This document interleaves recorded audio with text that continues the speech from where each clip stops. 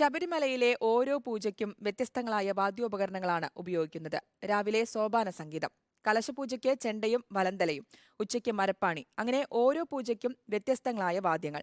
ഇതെല്ലാം കൊട്ടുന്നത് ഒരാൾ തന്നെ എന്നതാണ് ശ്രദ്ധേയം. ഇത്തവണ അതിന് നിയോഗം കിട്ടിയത് കലാപീഠം വൈക്കം ജയകുമാറിനാണ്.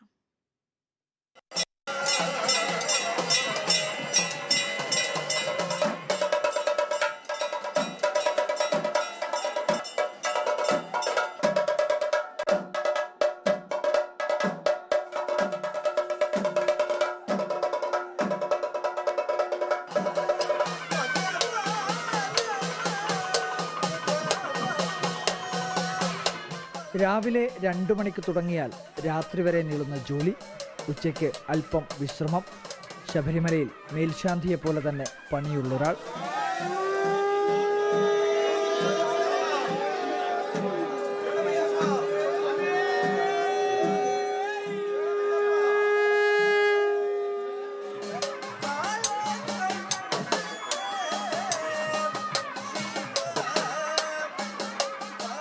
പുലർച്ചെ നട തുറക്കുമ്പോഴും ഉഷപൂജയ്ക്ക് മാളികപ്പുറത്തും അയ്യപ്പ സന്നിധിയിലും സോപാന സംഗീതം, കളഭാഭിഷേകത്തിന് ചെണ്ടമേളം, ഉച്ചപൂജയ്ക്ക് മുൻപായി പാണികൊട്ട്.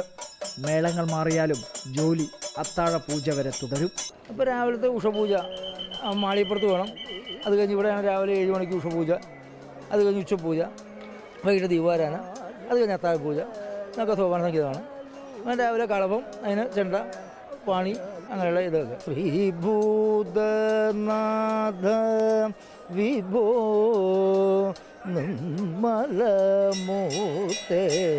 ജയ. താന്ത്രിക പൂജയോട് യോജിച്ച താളവും രാഗവും ചേർന്ന സോപാന സംഗീതമാണ് പ്രധാനം. ദേവസങ്കീർത്തനങ്ങളെല്ലാം അയ്യപ്പ സന്നിധിയിൽ പാടാറുണ്ട്.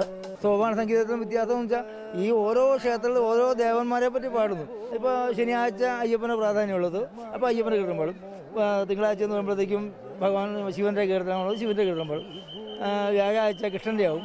അതല്ല ഇടയ്ക്കുള്ള വെള്ളിയാഴ്ച ചൊവ്വാഴ്ച ഭഗവതിയുടെ കീർത്തനം. അങ്ങനെ ഒരു ഇടവൃത്യങ്ങൾ പാടും. 34 വർഷത്തെ വാദ്യജീവിതത്തിൽ ലഭിച്ച നിയോഗമാണ് ശബരിമലയിൽ പൂജയ്ക്ക് കൊട്ടാൻ കഴിഞ്ഞതെന്ന് വൈക്കം ജയകുമാർ. അപ്പോൾ എനിക്ക് 34 വർഷം സർവീസായി ദേവസ്വം ബോർഡ് ഡിപ്പാർട്ട്മെൻറ്റിൽ. ഞാൻ വയ്ക്കത്തായിരുന്നു വളരെയധികം കാലം. അത് കഴിഞ്ഞ് അതിൻ്റെ അടുത്ത് തന്നെ ഉദയനാർത്താൻ പാലത്തിലായിരുന്നു. അത് കഴിഞ്ഞ് കൂട്ടുമലമ്പലം, അത് ഇവിടുന്നാണ് ഇങ്ങോട്ട് വന്നത്. അപ്പോൾ അത് ഒരു നിയോഗം പോലെ എല്ലാം ഒരു ഈശ്വരാനുഗ്രഹമായിട്ട് ഞാൻ കണക്കാക്കുന്നത്. ചിത്തപ്പൻ്റെ അനുഗ്രഹം, അയ്യപ്പസ്വാമിയുടെ അനുഗ്രഹം. ഇടയ്ക്കയിൽ താളമിടറാതെ കോലിടുമ്പോഴും ജയകുമാറിന്റെ പ്രാർത്ഥന കോലിടറാതെ കാക്കണേ അയ്യപ്പ എന്ന് മാത്രം.